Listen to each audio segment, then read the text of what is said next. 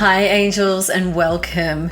I'm your host, Lisa Renovating, founder of Earthy Angels, and I'm on a mission to empower women to live authentically and to take exquisite care of themselves. You can find us on earthyangels.com or head over to our show notes to follow us on socials.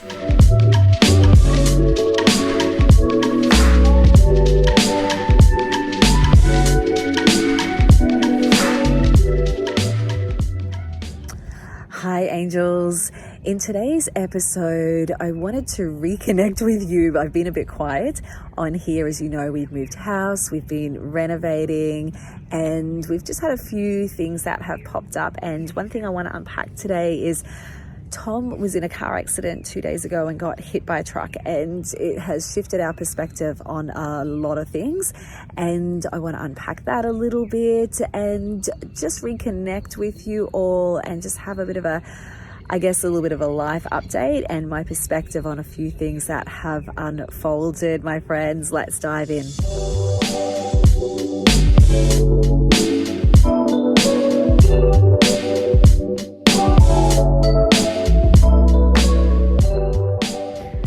Good morning, angels. It has been a little while since I've had a chat with you guys on the podcast. I don't even know how this is going to turn out today, but I thought, you know what, I just feel ready. I feel it's time to jump back on and I missed you all. Jump back on and have a chat. I have been really busy. You would have known since my last episode that we moved house, right? And so I have taken a bit of time that I needed to settle in, taken a bit of time to spend time with my family, getting my family settled. And it's been winter and I just felt I needed a little bit of time to hibernate, a little bit of time to go into my cave and do what I needed for me and my family and get our new home kind of set up as best as we can. And I've just felt this need to retreat for a little while, which is it's something that I encourage you to do. Often we feel that we need to constantly be on, that we feel like if we commit to something that we need to show up every single week or however often it is that we want to commit. Like for me, I wanted to do a weekly episode on my podcast, but sometimes things take a little bit of a different direction. So we weren't expecting to move this year, but this property came up, which I'll dive into in another episode, and how that all unfolded. And we jumped on it, right? And so it's been a real adjustment for myself, for the family. We've had a lot going on that I know when I show up for you guys that I need to be at my absolute invested. I can't say absolute best because I'm always raw with you guys, and sometimes I'm not at my absolute best, which is today, which I'm going to talk to you about. But I need to have that energy of being committed to talking and committed to sharing. And I didn't feel that over we've been here for 7 weeks now, and I really felt like I needed to retreat into my cave a little bit and to just I guess process, reflect on the move, on the life adjustment, and take a little bit of time for me and guilt-free. And I think that's really important because we do feel like we have to constantly show up. We have to constantly be on for everybody all of the time. That I just want to leave you with this, permission to go, you know what, I need to step back from the spotlight. I need to step back from work. I need to step back from giving so much to everybody else. I need to step back from whatever role it is for you, to go into your cave, to retreat and take out of it what you need, because it's healing, it's nourishing, and it's actually one of those cycles of life, just like the seasons where you go into winter and it's okay to retreat for that little bit, knowing that you're going to come out into the springtime, which we're coming into now, of creativity, of new beginnings, of rebirth, whatever it is for you. Just be okay with taking time to step back a little bit and hibernate or retreat or rest or restore, whatever it is. It's okay to do that, and you don't need a reason, you don't need an excuse, you don't need to justify it to anybody else. You just need to have the courage to go, you know what, this is what I need at the moment. And there were moments I felt guilty. I felt like I haven't been chatting with you guys for a little bit. I need to jump on. But then I recognized, no, I'm not in the right space. I've been writing a little bit and sharing in my Earthy Angels Connect group, but I hadn't felt the need to come on yet. And this morning, you know why? The other reason why is because I haven't got everything set up perfectly the way I did in my last home. And I had my office set up. I had an area where I could go and sit and record in peace. It was always beautiful and serene and quiet, and I haven't had that yet. It's coming. It's still coming. And so I thought, you know what? This morning I'm coming to you down on my jetty. And I've got this most beautiful, I've been sitting down here on, it was so funny, just as I said that, it said 4 minutes 444 on the timer, which is a triple number, which is a higher spiritual number. I'll have to look up what 4 represents. I can't remember all of them. And anyway, I got distracted, as I often do. And where was I going with that? Okay, yes, I'm down on my jetty. I've been down here for a little bit over an hour and watched the most beautiful sunrise. And it is peaceful out here. I just feel so calm and so at peace and just so happy and so grateful that I went, you know what? The conditions might not be perfect right now for me to record. There might be noises. There will be noises in the background. The morning's kind of coming to life. Boats might go past. You know, I don't know what might happen, but I'm just going to jump on and have a chat with you anyway, because conditions aren't always perfect. You know, if I just keep waiting for my office to be set up, for no noise from the construction going on, I will just keep waiting and waiting and waiting. So I went, bugger it. I'm just going to record on my phone. I don't have my microphone or anything. And if it is okay and we can get it up, that's great. If not, I probably verbally expressed what I needed to express this morning anyway. But let's see how we go. So I've just been sitting down here watching the most glorious sunrise. I have had beautiful eagles flying overhead. The fish have been jumping. The morning's been coming to life, and I just have the most insane amount of gratitude at the moment. So for those of you that don't know, we sold our house very, very quickly. It happened like in a matter of a month, right? And I come back from my Bali retreat, and I wasn't planning on moving. We had a goal that we knew we wanted to get down to the waterfront, but this was not where I thought we would end up. But this is better than what I expected, absolutely so much better than I expected, because I always had a dream of having expansive water views where I could look out and see the sunrise and see the sunset and not be looking into other people's backyards, not just like a strip of water on a canal. I actually wanted to really see the sunrise.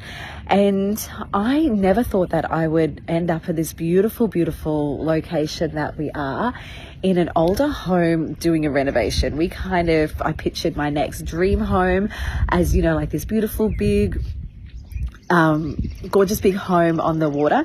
And we have literally bought one of probably, I don't like to say the worst houses on the best street, but that's basically what we have bought. And so it needs a lot of work. So it hasn't been as simple as just moving into a home and just unpacking our stuff. We literally have had areas of the home that we have, like for instance, we first moved in, within like 24 hours, we gutted the whole house, ripped out kitchens, carpets, everything was on the lawn, waiting for our skip bin to arrive. And because that's how my husband rolls. He just gets in and he just has this way of just, sorry, a bit choky. He just has this way of, he just gets in and gets stuff done. He doesn't muck around. And so we kind of moved into this home and have just been busy renovating, right? But it hasn't just been like one room at a time. I feel like there's construction going on everywhere. All the carpets got ripped up. We did new floorboards. They had the most amazing floorboards underneath. So we've restored the floorboards, but while that was happening, we obviously couldn't walk on them. That was upstairs. It's kind of a bit of a split level 3 kind of split level home. And so we were kind of camping out downstairs because Tom ripped out the kitchen as well. We have no kitchen, but downstairs area has like a mini kitchenette. So we kind of set up a bit of a camp kitchen down there. Riley couldn't even live with us for the first week because we took over the space that's going to be her area. Brock was kind of camping out in the garage/shed area. And so it was just mess and chaos absolutely everywhere. So we had stuff in boxes here, at my mum's house, at Tom's mum's house. We literally had stuff everywhere. But we just embraced it. We've just been treating it like a bit of an adventure. So I would come down here onto the jetty or sit out on my back patio on my Zen zone and take this time for peace and take this time for reflection amongst the chaos, finding that bit of peace amongst the chaos, right? And so that's how it's been the last kind of seven weeks. And what I discovered when we kind of bought this house was Tom, even though I didn't think this would be the home that we would end up in, because like Riley said, she goes, Mum, I thought we were supposed to move house and upgrade. I thought we're supposed to go into a better home when we move. And I feel like we've gone backwards. And I said, yeah, I fully get it. Like I fully understand. So this has been a bit of an adjustment for the kids too, right? Because they've grown up in this generation that they want bigger, they want better. They're, like on to the next thing. And we all kind of live in that mentality at the moment that when we move, we upgrade, whether it's a house or a car or whatever it is, that we upgrade for bigger and better stuff, right? And so this home has definitely not been an upgrade in terms of the standard of the home that we come from. We had a beautiful home, pool, media room, 5 rooms, like 3 living areas, massive entertaining area, all the things, right? And I loved it, absolutely loved it. We built that home and were there for 17 years and it was absolutely amazing. And then we've gone into a smaller home with no pool, no media room, but we live in the most amazing location. When I sit down here, I'm like, this is better than what I imagined our location to be. And it dawned on me when we were in the process of moving that one of my visions was to move into a home on the water because we just love being out on the water. We love going out on jet skis. We love just being out cruising around. We love the exhilaration of it. We love the peacefulness of it. We just love, I find a lot of connection by being by the water and a lot of peace. And every time we go on a holiday, I will pick like a destination near the water. But then it dawned on me that Tom has always wanted to do a reno project. Like I was speaking to him a little while ago and I said, if time and money wasn't an option, this is when he was in his last job, what would you do? And he said, I just love building. Like I would really love to just spend time building and renovating, maybe flipping houses and just making money that way where I've got like, I can just do what I want, have a bit more freedom, I guess. And so it dawned on me that, hang on a sec, this isn't just one of my dreams. This is one of Tom's as well, was to do a renovation in a home. So it kind of ticks both boxes. And it also has given us a real family connection. It has brought everybody together to work on the home. We've all been invested in doing a lot of physical work. We've all been invested in coming together to create our own spaces. And it's given Tom and Brock a lot of father-son bonding time, because Brock's doing his apprenticeship as well with Tom and his business in the air conditioning electrical. He's doing his apprenticeship in air conditioning and cryogenics, because Tom also does. He's got a big part of his business is the liquid nitrogen and the cryotherapy. So it's really given them a lot of bonding time together, and it's taught Brock life skills, right? Like, he's 17, almost 18, so it's teaching him a lot of life skills, which is great. Riley's in real estate, and it's taught her to look at a canvas and look at a vision of what you can create. Like, you know, she's kind of moved into this home going, this isn't what I expected. But I'm like, hang on, you need to see the bigger picture. Dad and I know what we can create here. So trying to give the kids the vision of this is what it can look like, and this is what we can build. And so it's been really good for the kids which will help her in her career. Like, again, it'll help her with life skills, and it'll help her in her career, where she can see this picture of what something can be turned into. And it's been really great for the kids because they've grown up in a generation, as most young people have these days, and even in our generation too, of that instant gratification of wanting something straight away and upgrading for more material things. And it's also given us that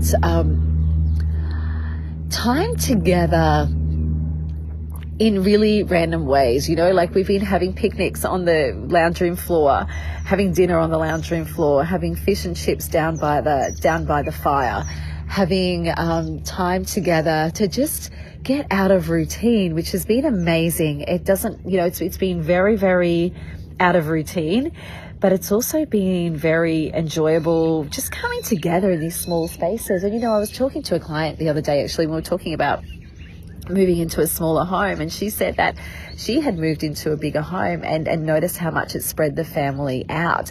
And because I was telling her about all the things that we're doing, and she said, I miss that smaller environment because everyone was closer together. And that's what I found in this space, that it's brought everybody a lot closer together, that we're spending more time hanging out, and it's ticked so many value boxes for us, this move. And amongst the chaos, we're so out of routine at the moment, all I feel is peace, all I feel is calm, all I feel is just such a deep-rooted happiness that it makes me emotional just thinking about how this is not what I pictured, but this has turned out on so many deep value areas of our life better, like so much better than, and it's actually been what we needed. And anyway, the reason I wanted to jump on with you today, because I'm going to do another episode on how this house unfolded in terms of the manifestation of this house. But today I wanted to have a chat with you because I've been sitting down here on my jetty watching the sunrise. I've got my oracle cards, I've got my raw cacao, I've got my sage, and I've just got this environment of absolute peace. And what happened, I've taken this time this morning for some real deep inner reflection. A couple of things have happened over the last couple of days that have just made me feel so grateful, just so grateful on so many other levels. Basically what happened 2 days ago was Tom got hit by a truck. I'm just gonna put it out there straight away. He was in a car and he went up to Bunnings. He was on his way to Bunnings, and a truck has come over in the opposite direction. There was just 2 lanes, and has come heading straight for him. It come over like a tiny little bit of a rise in the road, and Tom said it was just coming straight for him. And all of a sudden he's realized this truck's veering into my lane, And he's just thinking, swerve, mate, like go back to your lane, go back. And Tom's quickly looked, there's nowhere he could go because he had a guardrail on one side, an embankment. And he said, I literally just watched this truck just plow straight into me. He said it did not swerve back out of the way. It did not realize and hit the brakes. It just about 80 k's an hour just drove straight into him. And so obviously I get this phone call, like I've just been cleaned up by a truck, and you go into that state of panic, but he's talking. So I go, okay, that's okay. He's alive. He's with us, which is great. And I didn't sort of realize, I guess, how bad or how much of a close call it was until I got there. I went up to the scene, and they had to shut the roads down, and it was just out front of a school that this happened, and they happened to have like the emergency services at the school doing a demonstration, or like for the primary school. And so they were there in, Tom said, in moments. They heard the bang, and they were straight up there and had to shut the roads down because it was a mess, because it cleaned up Tom's car, it cleaned up another car behind him, and there was just mess everywhere. So anyway, I rocked up, and there's just fireys and ambulances and police. The roads closed down. They're turning people away.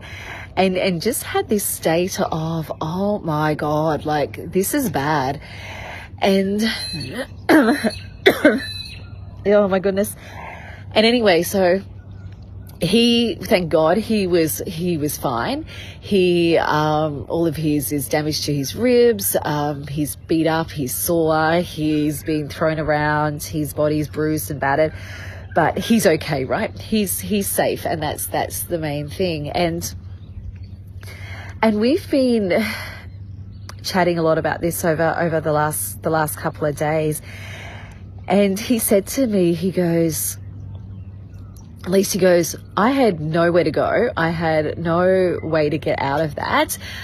And he goes, it made me realize how quick your life can be taken away from you in an instant, and there's nothing you can do about it. It's completely out of your control. And because what happened when I was up talking to the emergency services, they said, he is so lucky. He's so lucky to be alive, because where the truck hit, it didn't hit him head on. They said if it hit him head on, it would have been a completely different outcome. He may not be here, or he would be pretty messed up, basically. And so it kind of hit him in the driver's side. It hit him in the door, and the door behind in the back seat, and literally ripped the tray off the ute. And the tray and the toolbox and everything that was on the back was kind of pushed over almost down into the embankment. So it was pretty messed up. The car's a write-off. And they said, like, he's just very, very lucky with the way that it hit him, that he got out and he walked out of that okay, because that truck was not slowing down. That truck just hit him on full impact, and it also cleaned up the car behind him. And I said, Tom, maybe, I said, you could have even protected that person behind you. We don't actually know what happened to the person behind. They went in ambulance, and so, but they said that that person was okay. And I said, Tom, maybe you even protected that person behind you by you kind of copying a little bit of the, I told you it's going to be noisy out here. A boat's just gone past, and you can probably hear the waves on the shore in the background. Because we're on a beach. So this jetty that we're on, we've got it's on a beachfront overlooking the Broadwater. It's pretty special. It's not just like a canal that kind of goes off rocks. It's, big Broadwater. Anyway, I digress. But it actually hit him in such a way that I said, maybe you protected the person from behind. Maybe you protected the truck driver from kind of it ending worse for him, from going over the edge. And he has been having these sliding door moments of, he's like, if I was 10 meters back, it could have hit me head on, I would have been dead. If I had have left, if I had have stopped and grabbed something at home, run back for something, or because what had happened was he was in the builder's car. He the builder said, take my car, and Tom said, no mate, you know, like, I don't like driving other people's car, I'll just hook up my car, my ute and my trailer. And he's like, no, take my car, mate, it's fine, just take my car, I've got it all set up a bit quicker and easier.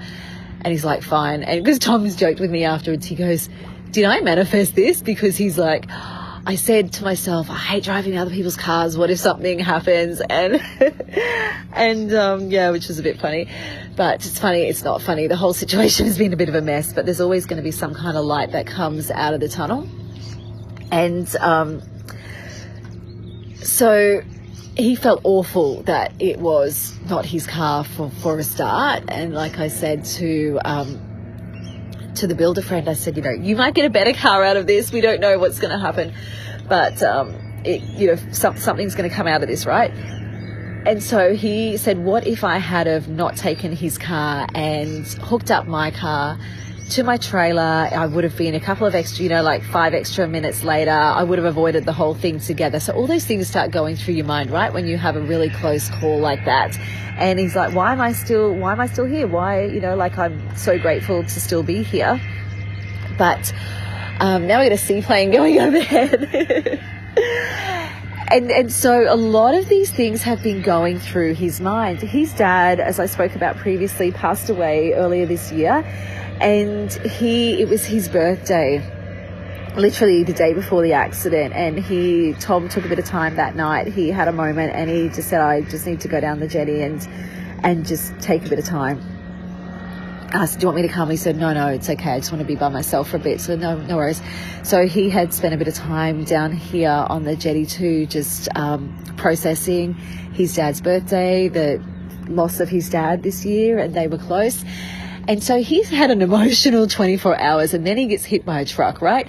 Like, you just can't make this stuff up. And I believe that this has been a bit of a wake-up call for him, because sometimes things like this can lead you to have a massive spiritual awakening.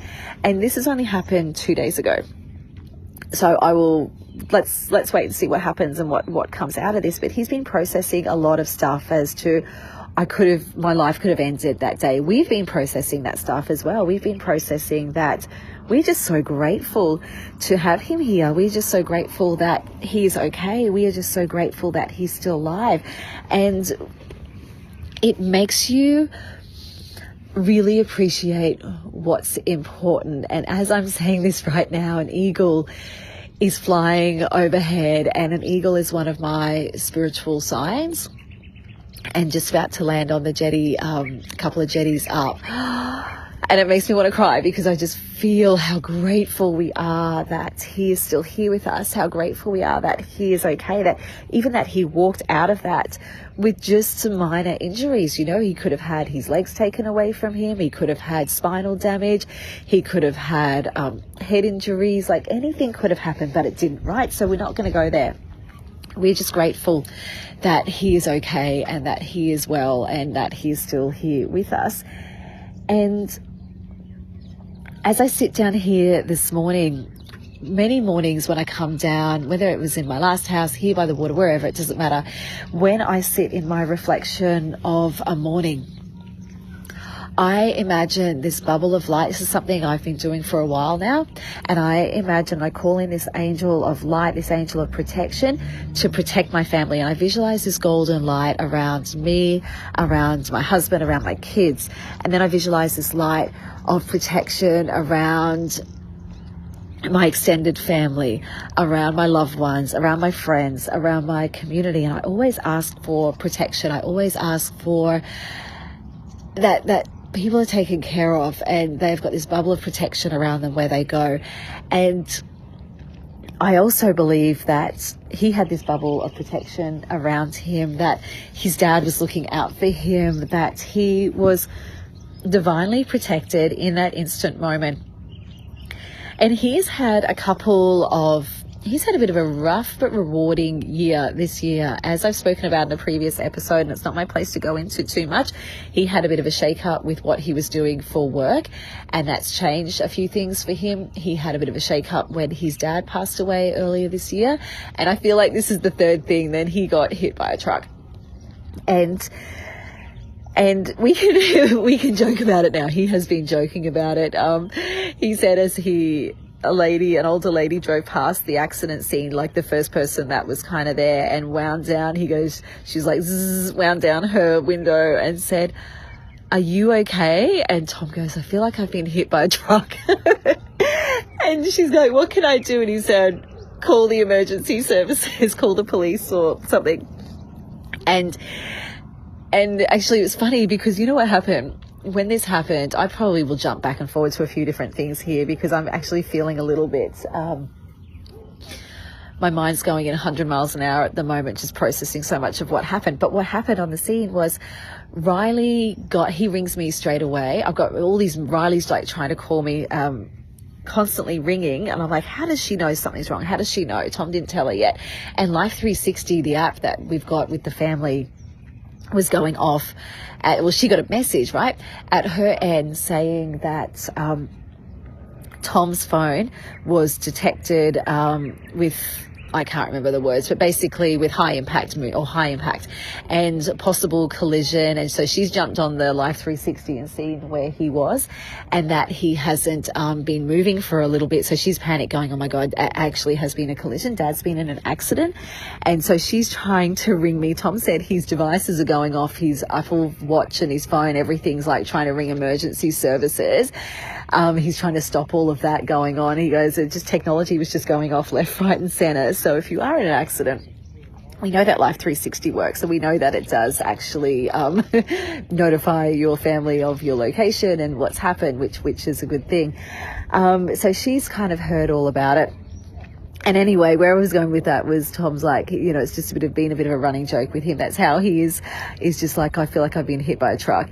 And so we can joke about that now. At the time, maybe not so much. But that's how he had been feeling. And, that's kind of like his third thing.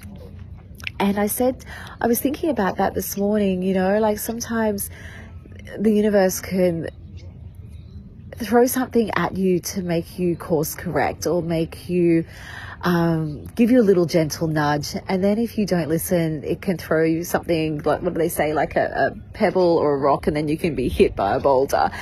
And I thought about it this morning and I went, I feel like that was his third thing, and like he's really actually been literally hit by a truck.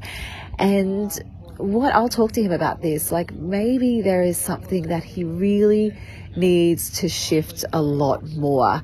He has been spending, like many people, so much time in, just focusing a lot on work and focusing on a lot of things that are important. But this move has made us get back to the roots of what is really, really important, those fundamental things of being in the moment, of seeing the beauty all around, of being alive, of health, of wellness, of family. And it's really brought us into that space of living more of a simplified life. We've cleaned out a lot of stuff when we've moved down here.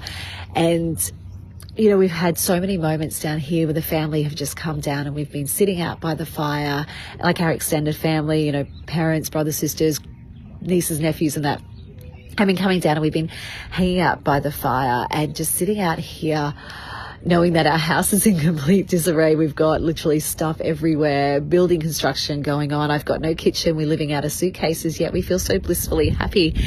And this has also been a bit of a wake-up call that I believe Tom will process in his own time, that he needs to slow down a little bit, like this has made him, he has to actually stop for a little while and take some time to heal and take some time to recover.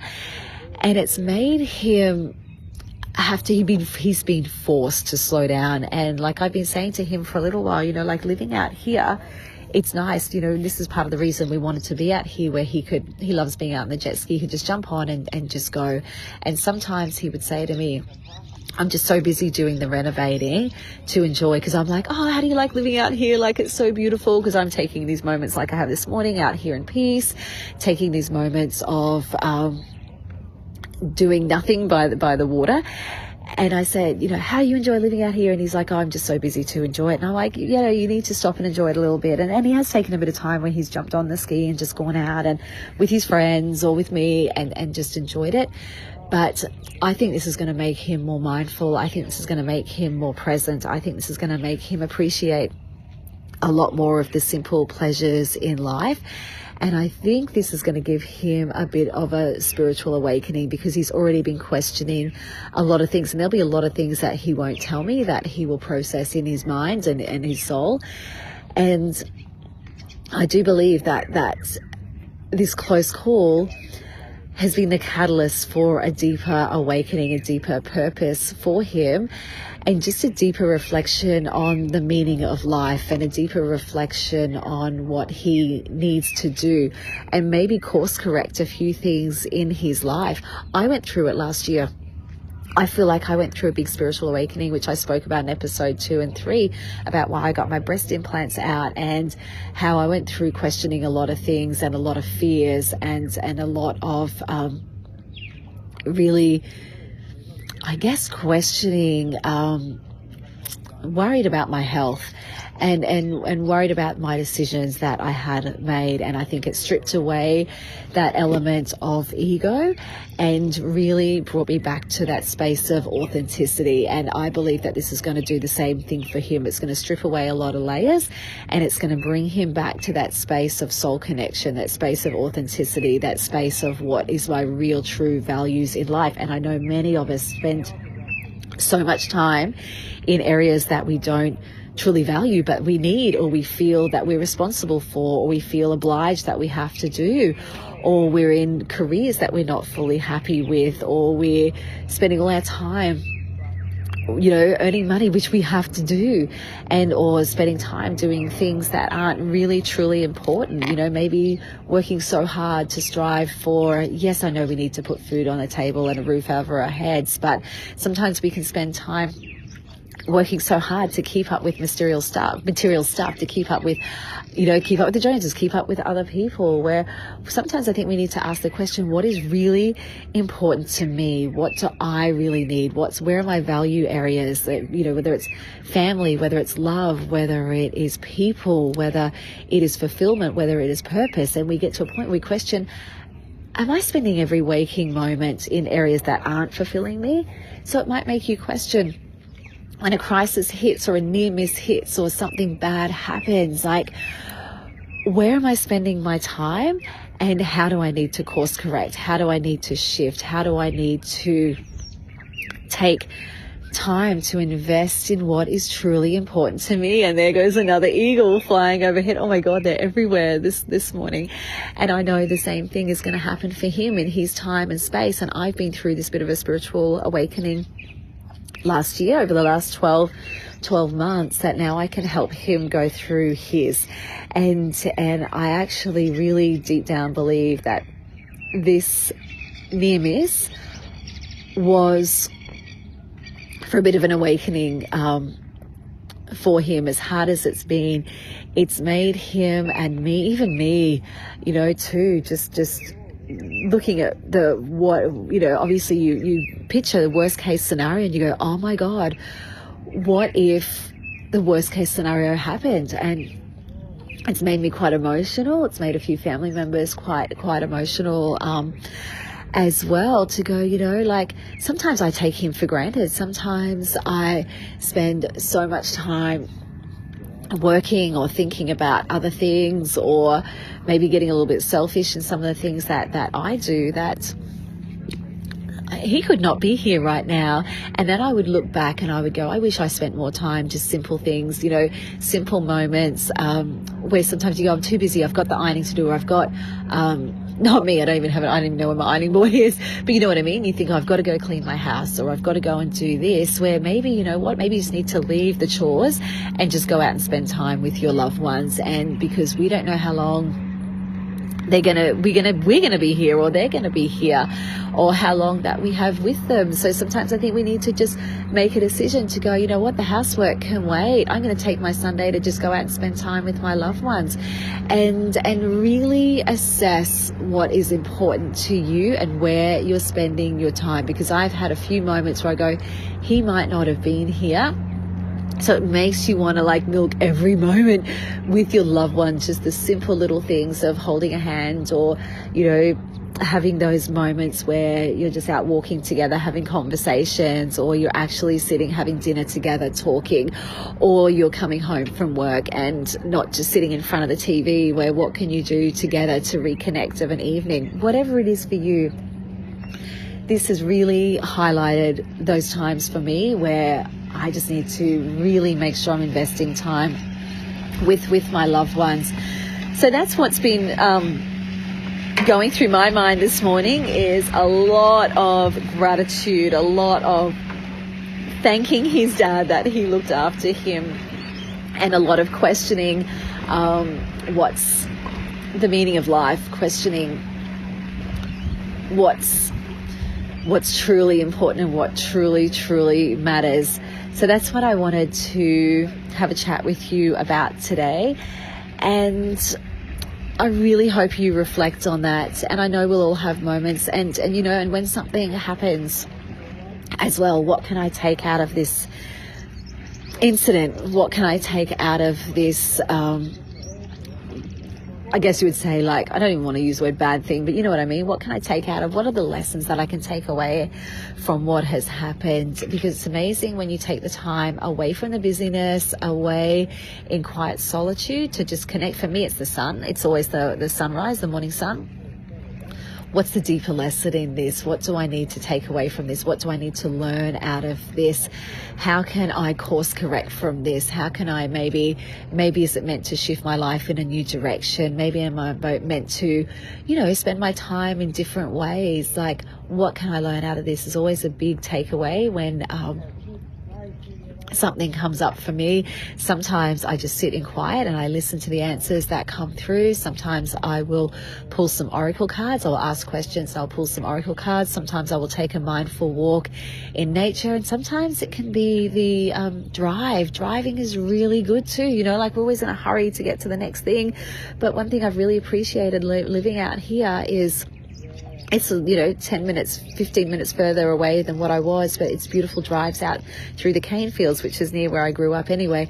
And so I drive out here and I just put on some beautiful music, like some of my yoga playlists, and I just reflect. As I drive, I reflect. So driving, you know, sometimes we don't have to take moments of this beautiful setup in our Zen zones or with our journals and everything. It can be as simple as having a shower or taking a drive and using that time to just reflect and just ponder on a few questions, which is something that I often do. And so I just want to leave that with you, to just take the time to reflect and just be so grateful. Spend your mornings with gratitude, go to bed with gratitude.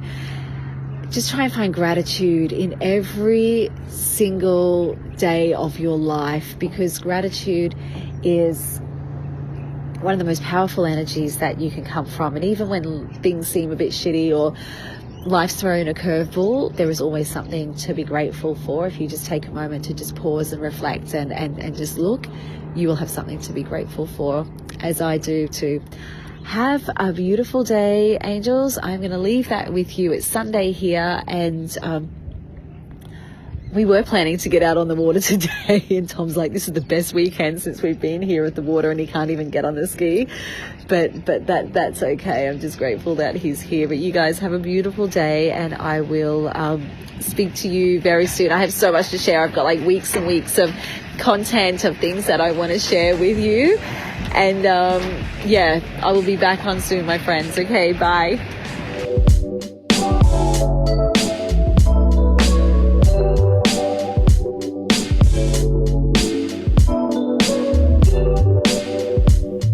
Thank you for listening. If you enjoyed today's episode and want more, feel free to follow or subscribe on whatever platform you listen to. You can also head over to earthyangels.com or join our private Facebook group, Earthy Angels Connect, for more community, blogs, updates, inspo, motivation, support, and to connect with a tribe of like-minded souls. And if you have a moment, we would be super grateful if you would love to leave a review. Sending you so much light and love, Angel.